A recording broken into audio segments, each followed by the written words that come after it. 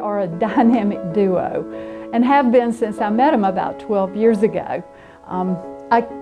I remember the first time I met Steve because I was in a meeting waiting for it to start, and I looked at him and asked him what he did, and he looked at me very seriously and said, "If I told you, I'd have to kill you."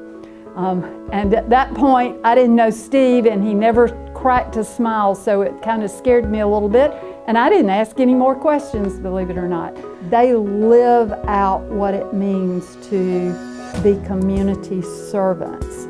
They see the difference in serving and helping because they ask themselves, what am I doing, and is it helping, is it making a difference? So they are far more than just community servants. One thing that's pretty amazing about them is that they have the ability to look and see where the gaps are in service. And that comes only because they get to know people when they're working with them. They develop relationships.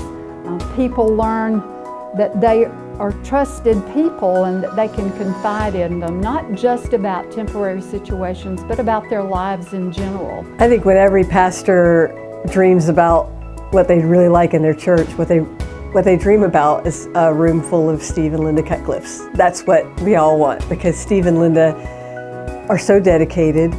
They're hardworking, but it's not like they are trying to work their way into respect. They just love what they do. You both have a natural ability to connect with people, just effortlessly. I see you connect with people. Steve out there in Third Saturday just talking to people right out of the blue, and same for you, Linda. It's just amazing to watch. You guys are golden. They have touched many lives in many ways. They've prayed for me and they have prayed with me. To see them be a power couple together and also apart is a good thing. I think the Cutcliffes have exemplified what the Waltons stood for, because they spend so much of their attention and so much of their time focused on other people. They are connected to the community through their church and connected to the community here at the Maxwell House. Here I was fresh out of Salvation Army. I had been homeless prior to that, and with the love of Steve and Linda and their group from Mosaic, they brought me around to be more of a participant. And Steve and Linda have never just pushed someone aside. If someone had a real prayer request or a concern, something they wanted to talk about, Steve as many times has taken, a person aside, and they've talked for 15 minutes. And same with Linda. It's never been a rush job where you come in, you gather something, and you leave. It's always been, what can we do for you? Can we pray for you? How can we help you spiritually, mentally, emotionally, personally? It's always been deeper than just the food bank itself. And he's encouraged all of us to participate, and it's given us some incentive to not only go to church, but to participate here and to help other people. So Steve was a Marine, right? And so as a Marine, he brings this sense of determination and devotion and care that is very organized and very specific, and that kind of stability and that kind of consistency makes so much. It makes so much of who he is a part of people's lives here too. And so the characteristics that Linda brings to the table has come from her years of caring for her family. And so she has this sweet, sweet spirit that is just contagious, it's infectious. They are a praying couple. They believe in praying about everything. And they pray about it, and as a result, they find out how they can make the greatest impact. They have most recently been instrumental in starting an interfaith network, working with the folks at Action Ministries. And in this interfaith network, it's the purpose of bringing people from different organizations and churches together for the purpose of us not duplicating services anymore, but saying, where can we help the most? Where do folks need our efforts? And Steve and Linda were two of the ones that were instrumental in getting that started. They come regularly to bring things.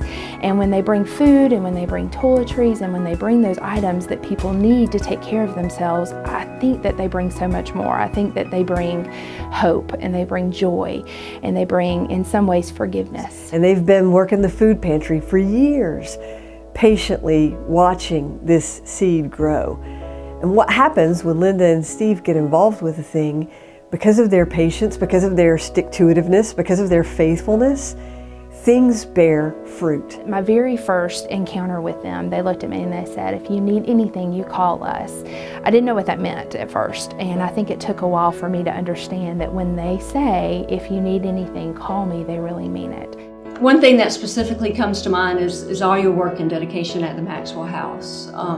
You were on board right away when our mission started at Maxwell House, going on one Sunday night a month to develop fellowship with the residents at Maxwell House and offering a worship service.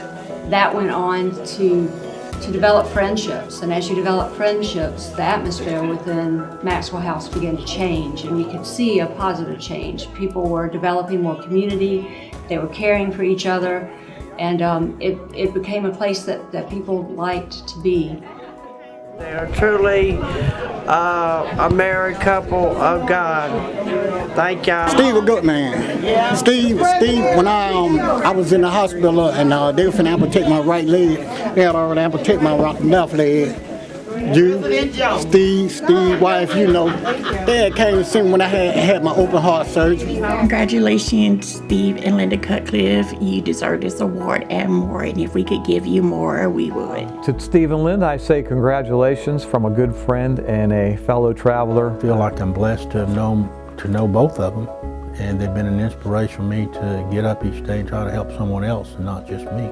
Congratulations, Steve and Linda. So congratulations, Steve and Linda.